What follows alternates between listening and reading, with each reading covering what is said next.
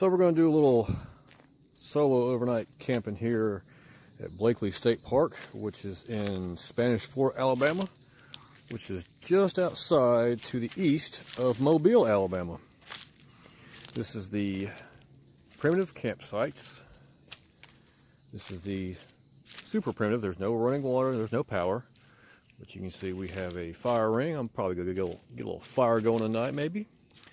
And a nice picnic table here to eat your dinner and breakfast and that on, relax on. Nice little area. Probably 40 by 50 area right here cut off into the woods, so I'm digging it.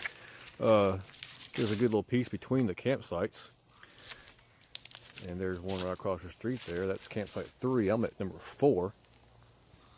Let's take a walk down here real quick and you can kind of see the distance between the campsites. So you can kind of tell there. And there's about 40 foot of woods in between the campsites. But talking to the gentleman at the gate, and he likes to kind of keep the campers separated so people can have the privacy and, you know, enjoy the woods without being bothered by your neighbors if you get some rowdy neighbors or whatever. But he said this weekend is going to be not a very busy weekend. The high today was like 93, but the low tonight is going to be in the mid 60s, so it's going to be really good camping weather. So let me get my tent set up, and I think I'm going to put it right over there. If not there, over that way. I'm not sure. I'm going to take a look at it and see what I can find and see what the best spot's going to be. All right, so I got the tent set up. Same tent as I had before. This is the Backwoods Bungalow 1.0. Got it set up with trekking poles and tarp poles. And I'll probably open up my side flaps tonight. The sun is starting to set. Put me a little shade here in a little bit. If you remember my last couple of videos, I'd forgotten my chair. And I'm having to sit on my little tote. But I got that fixed this time. I got a brand new chair. If I can get the focus. This is the Adventure Ridge lightweight portable chair. This came from Aldi. If you have an Aldi, I guess it's a grocery store. Kind of a grocery store. They have some little side things that come in every couple weeks or whatever. This is one of the side things. They had a camping section. I got another piece of camping gear from them. I'll show you later on.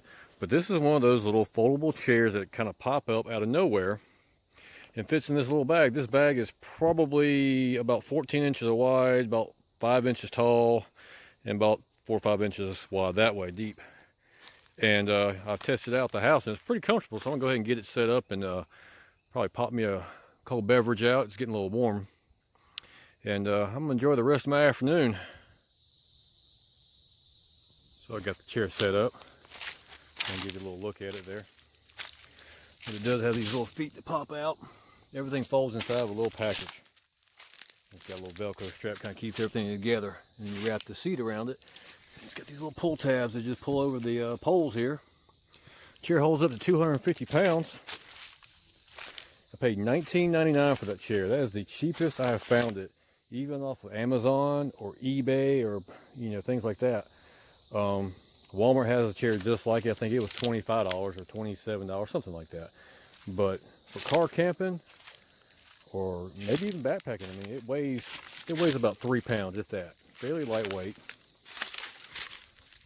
And it's nice and comfortable actually. For as small as it is, you're sitting pretty low to the ground. So if you have trouble with your knees getting in and up out of chairs that are low to the ground, it might be a little bit of an issue, but it's kind of got a little lean back to it, and I like it. So actually going to keep this one in the trunk of my car, and I'm going to get me another one to put in my camping gear. So for that much money, can't beat it. It's got a 2-year warranty, which, you know, is it really worth the hassle for 20 bucks to fight a warranty on it? Nah, I don't think so, unless it breaks right out the bag there. But no, this is gonna be the second time I use it. I use it around the house here for a weekend, just kind of giving it a once over. But yeah, I'm gonna get me a cold beverage, put this chair in the shade over here, and get my bed situation set up, and probably get some dinner going here in a little bit, or maybe might go around the park a little bit, see what's going on. This park is a Civil War battlefield era It actually was one of, if not the last battles of the Civil War happened right here on these grounds. So, pretty cool historic park. But, yeah, pretty quiet out here besides the bugs. The deer flies. They're a little thick today, but they're not bothering me just yet. All right. I know one thing, nobody's going to sneak up on me tonight. This big magnolia tree has lots of leaves all over the campsite. Anyways, right here on the other side of my campsite is a trail. This is the old Appalachian Trail. And according to the map, a little ways down here is a boardwalk over like a marsh or stream, creek, I'm not sure. I'm gonna go hike down this. I put me on some bug spray. Treated my shoes with permethrin. Clothes got it, so that'll stop the bugs and ticks hopefully. And hike down this little trail here and see what this boardwalk is. And then I'm gonna turn around and hike back to the house. Hike back to the campsite. Probably get some dinner going. Maybe get a fire started. But let's see where this trail leads us to. So a little ways down the trail, off the right hand side here, is I believe what they call rifle pits or gun pits. What these were was pits or trenches, better known as trenches, dug into the ground here. And the soldiers in the Civil War would basically hide out in them until the enemies came and pop up and shoot them, or try to shoot them. Pretty interesting. These have been here since the Civil War, ever since the 1800s. They might have been deeper back then, with erosion and filling in with rain and silt and all that other stuff. So, but yeah, it's pretty interesting.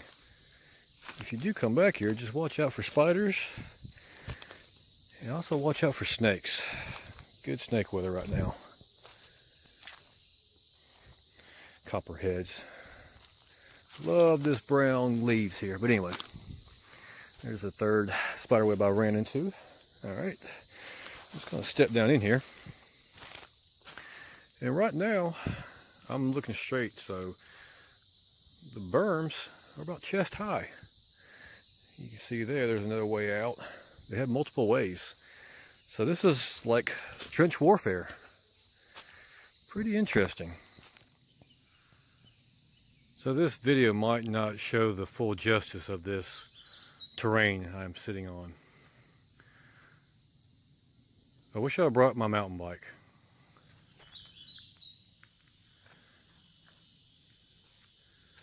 Pretty cool spot here. I think there is 25 miles of mountain bike and horse and walking trails throughout this park. This park is one of the largest Civil War parks. Not the largest, but one of the largest in the eastern United States, obviously. But yeah, I believe it is right at 2,000 acres, give or take a little bit. And I don't know why I didn't come here sooner. I like the hiking trails here. And I'm only probably a half mile into this one. Lots of terrain changes. I mean, there's a big gully. Very deep gully right there.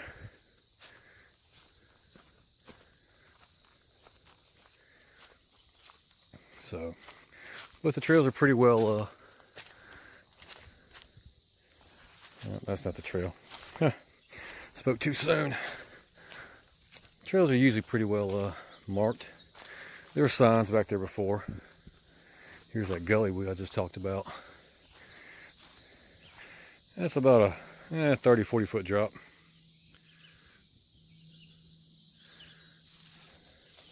Pretty interesting. But yeah, it's kind of interesting that this close to the Gulf Coast is terrain such as this. It's right here on the Mobile River, if I'm not mistaken. And we might take a look at that tomorrow. But that's where the Union troops and all that came down. But anyways, we'll keep on going. I hope I'm gonna find the boardwalk. Hope I don't get lost. I shouldn't get lost, but you know, we'll see. So I've come to this T in the trail here. Coming from that way, that's the old Apache trail. And this trail right here is the Hallett's Trail. Looking on the map, I passed up the boardwalk. Don't see how I passed up the boardwalk, but I did pass over a little bridge. It wasn't maybe 6-8 feet long. Maybe that's what they're calling a boardwalk. I don't know. I was kind of expecting like boardwalk, you know, at least, you know, 20-30 feet over a marsh or creek or something. But I'm gonna head back this way. I don't know, probably 3/4 mile from camp. No big deal. Got some exercise, got to see some cool things.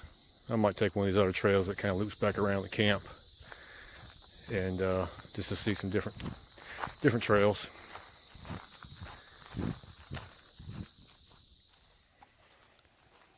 So I guess this is the boardwalk they were referring to on the map. Got a little stream going through it. Sign saying primitive camping 0.25 miles, 0.2 miles. Yep, just a little bitty. Probably about 6 foot across, maybe 10 foot, I don't know. Nice little stream that goes through there.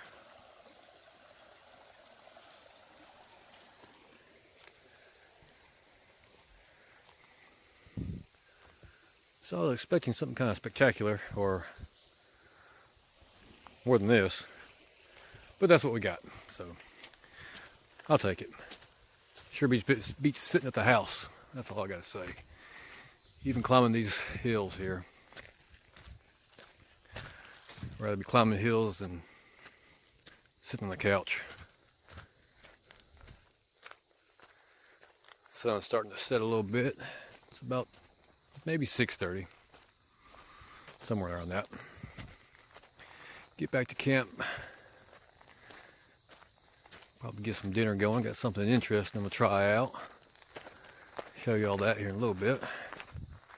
Sit back, relax, get a fire going, and see what Mother Nature brings us tonight. Like I said before with the trails, they are pretty well marked. Just gotta watch out for some crazy 90-degree turns like I had before. Wasn't paying attention. Just pay attention. Not that hard.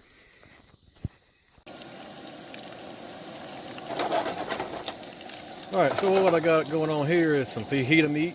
Got some fajita seasoning on it. That's it's actually stir-fry meat, but that's all they had, and it seemed to work out pretty well. About maybe around a ½ pound. Then I got a yellow onion in there, some yellow bell peppers I'm sauteing down. Got some these little small ones, sweet Hawaiian flour tortillas, street tacos.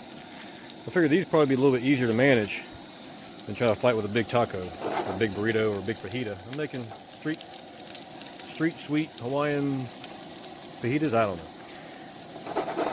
know. Y'all don't tell mother half I cook like this out here, because she'll expect me to do this all the time. So, hey baby, love you.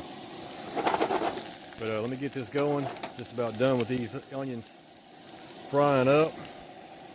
And get back with you. I'll let y'all take a look at the end product. Now here's something I found to be pretty handy when you're camping by yourself. A lot of times you can't find smaller portions of meat or a smaller vegetable, that sort of thing. I just get those slider quart size freezer bags, and what I don't use, I put off in the bags. So then I can put them in my cooler, take them to the house, use them the next day or so, as long as you keep them on ice. seem to do pretty well. But yeah, just a little quick tip that I learned camping solo, and seems to work pretty well. You don't have to get the fancy ones. Just something that has that slide lock on it that keeps it from if you got ice in your ice chest, when it melts, the water won't get inside of it. I'm not using ice in my ice chest this time since I'm going to be here just one day. Using the same thing I had before in my last couple of camping trips. I'm using the old cooler shock in there. So I just need to keep it. Dragonfly wants to be part of the show. The old cooler shocks work pretty well. There's 4 of them in there. That'll keep my beverages and my meat and cold. So, yep, just about done with browning these onions up a little bit too much, but yep, be back in just a minute.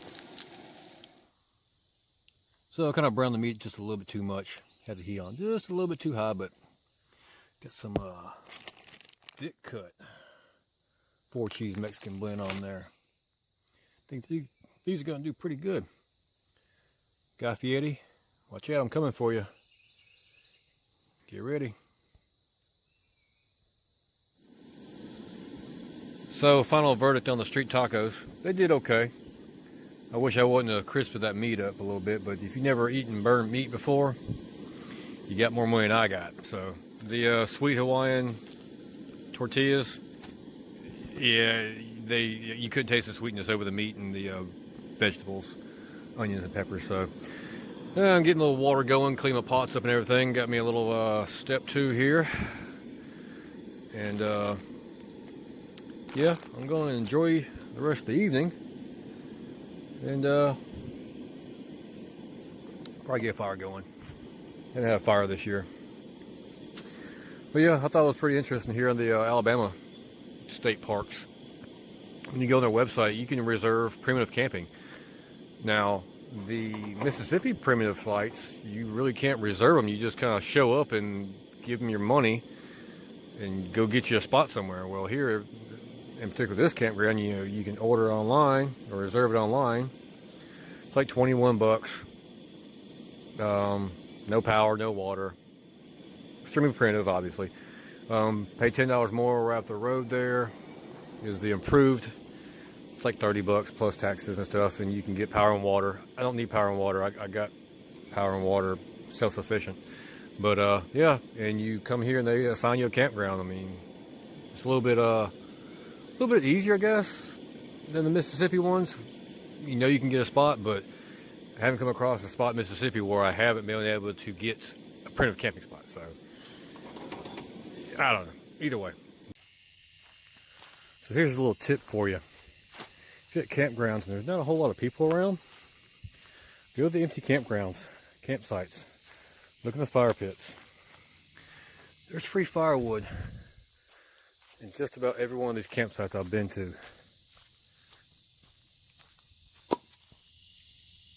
So, not knowing any better, I wasn't real sure of the firewood situation here. Was I going to be able to harvest some from the woods? Was I going to be able to get some at the park ranger's office? That sort of thing. I stopped, and when I was getting my food, I grabbed a bundle of firewood.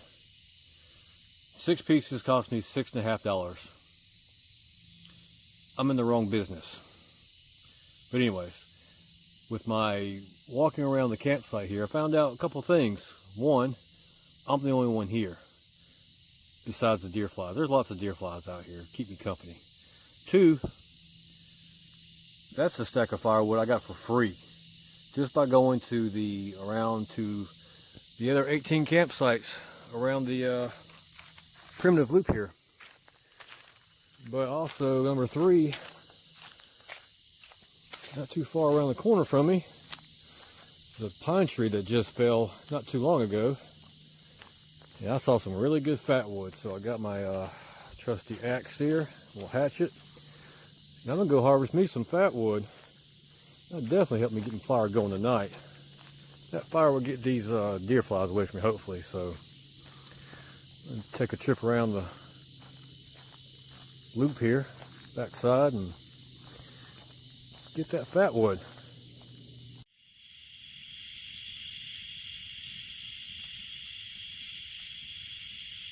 You know, some of the best times I've ever had in my life was sitting around a campfire doing absolutely nothing. Well, the old fat wood did the trick. Right now I'm burning a couple pieces of that wood I found from around the campground. I got one of my store-bought pieces in there, just keeping it going. Got a little bit of smoke going, keeping the bugs away. Still don't have any neighbors. Nobody's come by. I'm still out here by myself in the primitive section. Now back off to my left down that way is people in the improved primitive section.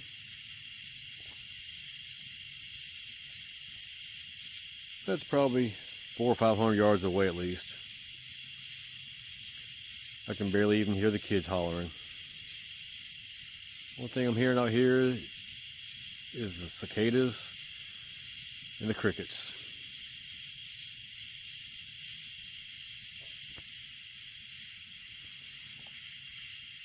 And the moon's coming up too. Might be close to a full moon almost. I don't know. It's about 9 o'clock almost. It's got this fire going just to keep the bugs away. Definitely don't need it for the heat. It's probably still mid 80s. It's supposed to get down to mid 60s, so I'm still waiting. May have to pull the old fan out, kick it on. That'd be about the most glamping that I've done here. Still don't have power or water, but I can deal with it.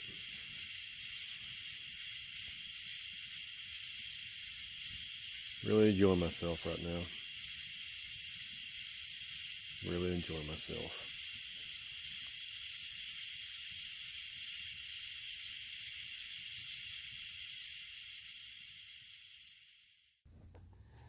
Well, good morning. It's about 7 o'clock. I got to sleep in a little bit this morning. That was nice. Had a pretty good night. Tossed and turned a little bit, but got some issues, let's say, with my shoulder. Nerve issues or something like that. Kind of give me issues, so sleeping on one side hurts a little bit, so anyways. Little fan there. Kept it on low all night just to keep the air moving. I don't think it got to mid 60s like they said it was. But I wasn't hot, wasn't cold. I was pretty comfortable. So I'm gonna get up, give me some coffee going, get some breakfast, pack everything up, and I'm gonna do some little exploring of the park here. So let's get to that. So I got some water heating up. Gonna try out the Mountain House breakfast skillet. Haven't had that one yet, so a little change of pace from my usual biscuits and gravy. And I got some the old community coffee. Got a big heaping cup of that going. I was gonna bring another type of coffee that I had at the house, but I forgot it on the way out the door. I was trying to get through some bad traffic that always happens, especially on Fridays. And still had to make a detour around traffic because there was a pretty bad wreck on the highway. About 4 cars. And traffic was backed up for miles, wasn't moving. Just people, slow down, pay attention. Man, I hope nobody got hurt in that accident because it was pretty bad looking. But anyways. You can see the fire burnt down pretty good last night. Still got 4 logs there of my expensive camping firewood. Just goes to show you, you don't have to buy firewood, but you never know what you're going to get into. The tent set up. Same as you usually do. Got my tote sitting here, but I put the sleeping pad, my static V2, and then put my there, sleeping bag, a little more cushion. Like I said, my shoulders kind of give me a little bit of issues, and that kind of helps it out a little bit. You can see that little fan that I got there. They work pretty good. I kept it on low. I just needed to move a little air, and so did all right. Kept me cool. Wasn't too bad, but didn't get too cool. But yeah, get that coffee, and then we'll get that water boiling up. Oh wait, I forgot to say cheers. Remember, if you're having a camping video on YouTube, you gotta say cheers while drinking coffee. Anyways, let me get this water heated up, and then we'll try out that breakfast skillet, and I'll let y'all know how it is. Oh, water's ready. All right, the breakfast skillet here, pretty tasty. Wish I had a little bit more meat in it maybe, but the eggs and the hash browns and peppers and sausage, pretty good. Is it better than the biscuits and gravy? Nah, I still like my biscuits and gravy, but I'm definitely going to try this one again. If you use these Mountain House meals or any of the other freeze-dried meals, get you one of these long spoons. I think I got this at Academy, maybe it was on Amazon, but it's got the silicone around the edge of it, so it doesn't, the hot water, the hot food doesn't melt it down. And I'm sure it's probably BPA free, you know, other good stuff. So, but yeah, I think they're about $4 or $5, and it's a pretty good investment. Coffee's doing all right. I'm about to clean up camp here. It's about 8 o'clock. Get camp cleaned up and head on out to the rest of the park and see some hiking trails, some Civil War things, and see how the rest of my day goes. Didn't get any ticks on me last night. That's a good thing. But the horse flies and deer flies are atrocious out here, so bug spray helps. The only places they were really bothering me at was like on the tops of my hands where I didn't spray bug spray, and one got me on the hand, but I can deal with it. Put some lotion on it this morning. So anyways, let me finish up my breakfast here and get camp cleaned up and get on about the day.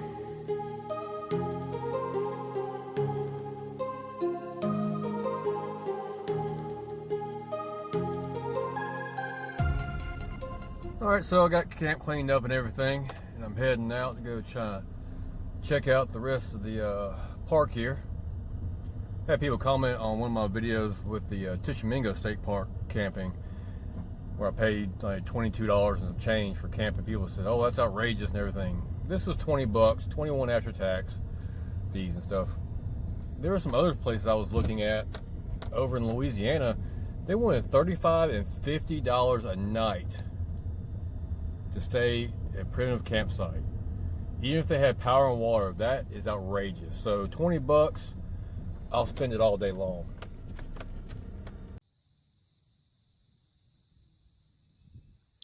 So this is part of the battlefields of the Blakeley State Park area. This was the site of one of, if not the last, battles of the Civil War. You can tell here on the map, we're right here. Supposedly from this site all the way around was about 3 miles of fortifications and pits, rifle pits,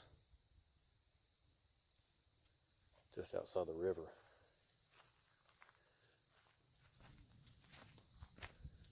Pretty interesting.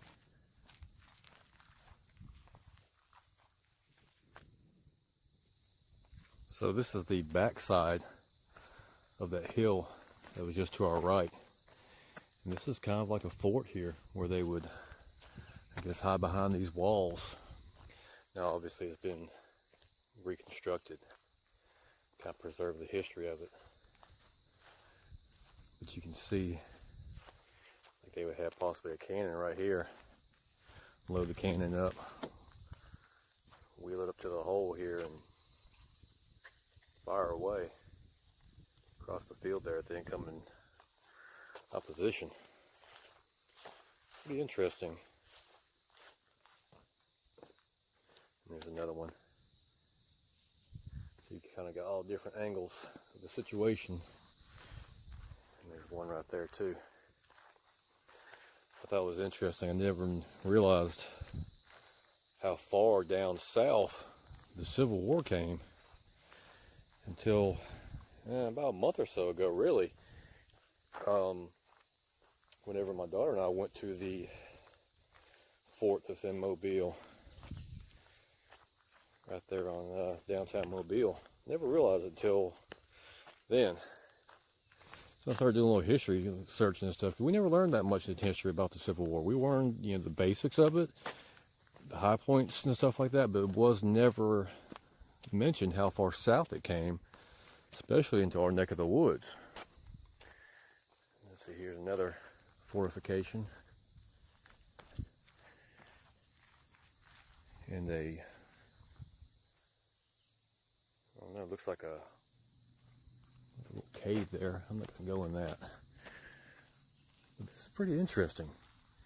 You can see this one has, this wall has two layers, I guess you'd say, where they could stand on that layer and shoot up over the wall. So this would probably be where they had, you know, soldiers with rifles, muskets, whatever they used back then. There's another one of those tunnels, which I'm not going to go into.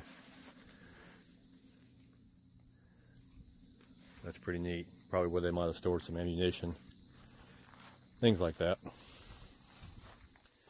So in case they got shelled with ammo or whatever, cannonballs that wouldn't blow up, I guess you'd say. I'm not exactly sure. That's what I think it is. I think it's just a armament for the ammunitions and such. Maybe keep some food there or something like that. But yeah, there's a couple of them out here like that. And there's the first one we saw. Looks like a snake pit to me, but. And this is on the outside of those fortifications. And actually it's a dip down about 4 to 5 feet. So if opposing forces were coming in, you can kind of tell here they had a pretty decent hill to climb to get over and into the backside of that fortification. So it's another measure of protection against the troops and guns and cannons and stuff in the fortification there. You kind of see you got cannon spots there. That right there is where the rifleman would sit at, and it just kind of loops around, kind of like a big W. It has the cannons on the other side, the first one we saw. But out here, you can see kind of a recreation of the armaments, I guess, not armaments, but protection from the fort, where they would have sticks and stuff like that, and logs and stuff to slow down the opposing troops coming in. I believe it would be the Union troops, if I'm not mistaken.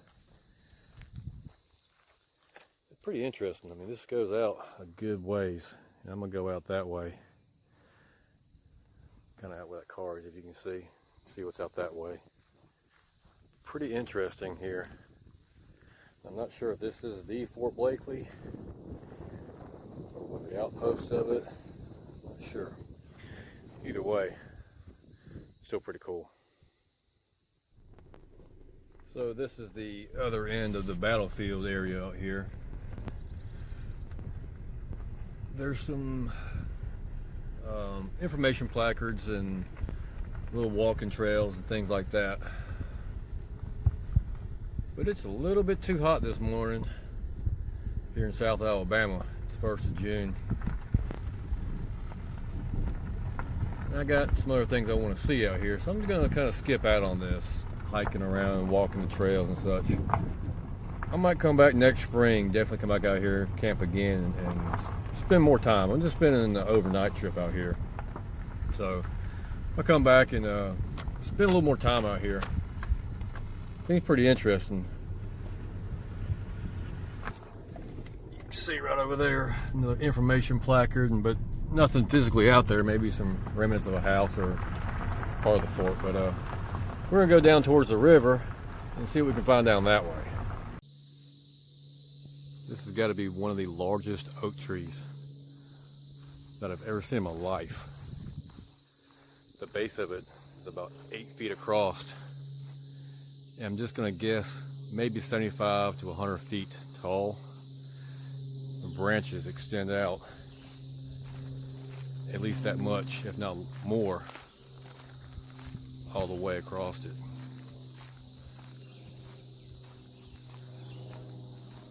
Just a beautiful piece of Mother Nature's work.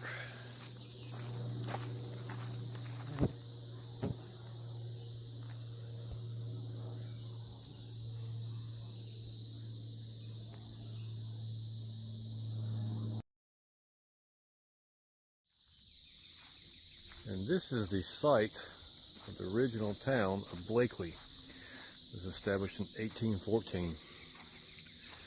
These are recreations of some of the houses and businesses that were in the area during those times.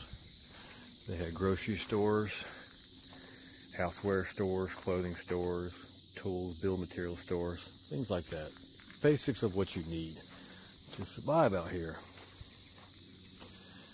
Recreations of this is a recreation of the Mott House.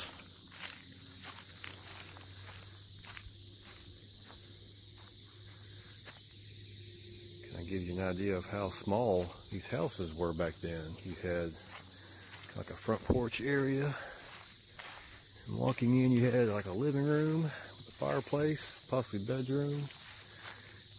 Very basic, very small. But it met the needs without being frivolous. And this is a newspaper from the Blakeley Sun of 1819. It shows things that people had for sale, things they wanted to trade, services they offered, things of that nature. So that's pretty interesting that they actually had a newspaper back in those days. And this is a recreation of the Baldwin County's first courthouse. One cool thing about this park, they have a cell phone tour where you can scan the QR code and it kind of gives you a little bit of information about it. But you can see there's still parts of the building here. This is the foundation for it.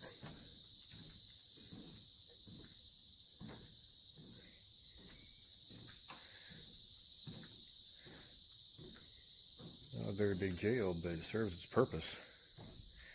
If you acted up, they put you in jail back then too. It's quite interesting how this has been here since the early 1800s.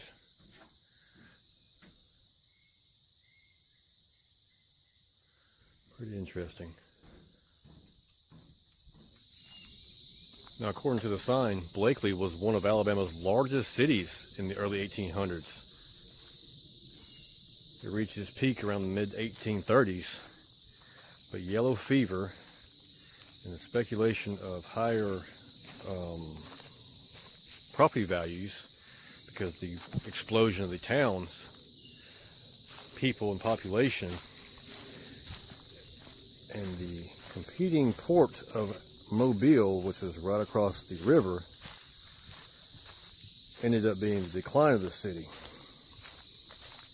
By 1840, the city was a ghost town. So the city lasted about 25 years. And this is called the hanging tree. And I'm just going to let y'all guess what this was probably used for.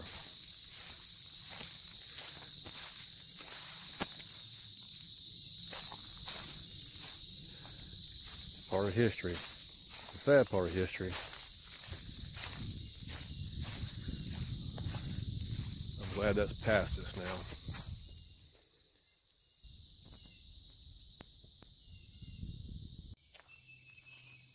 And just outside of the Blakeley ghost town area, right here on the river, you can take a look here on the Hiding Tree Boardwalk. And this is the boardwalk like I was expecting yesterday when we were doing a little bit of hiking. Nice shaded area. Beautiful big trees. Look at this. Look at the root work on this tree. This is absolutely amazing.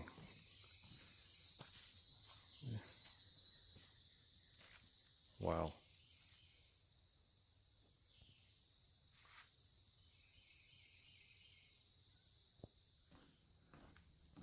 This boardwalk doesn't go very far. Maybe about 100, 200 yards. But it ends in this nice little swampy area. That's just off the Tensaw River, which is right through there. Bring you a little chair out here, cold beverage, and just sit and wait. You never know what you'd see out here.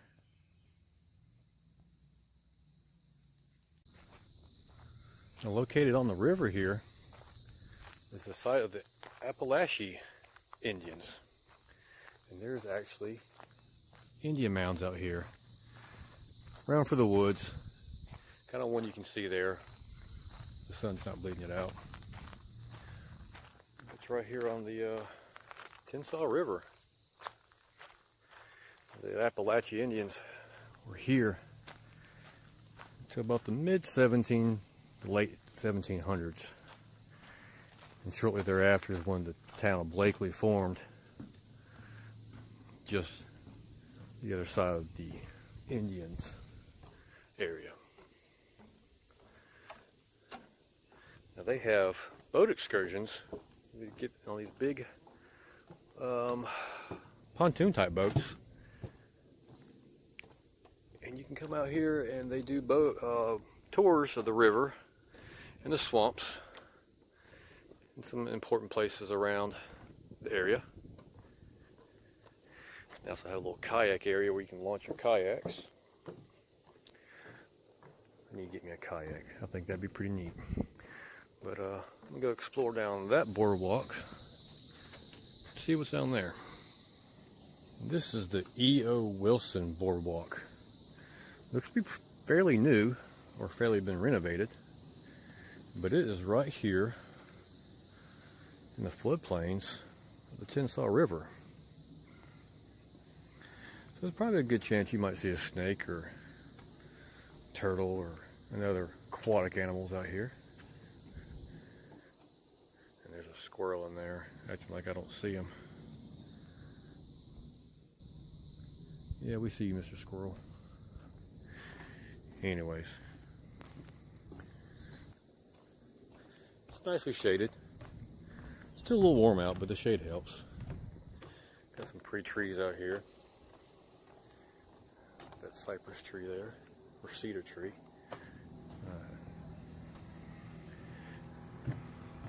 Got an old live oak out there, or water oak. Spanish moss hanging off of it. Go walk around now here at the end and see what's down this way. So this boardwalk goes out way further than I thought it did. Actually comes out into the river here. It goes back around in the marsh and down that way some more. Go a little ways down the way and probably end my trip here.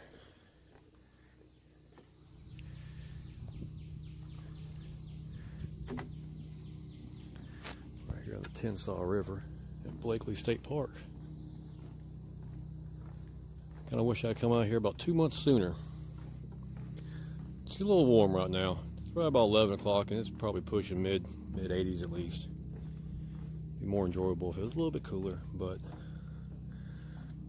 I still had a good time here. But anyways, I appreciate y'all watching. See you next time.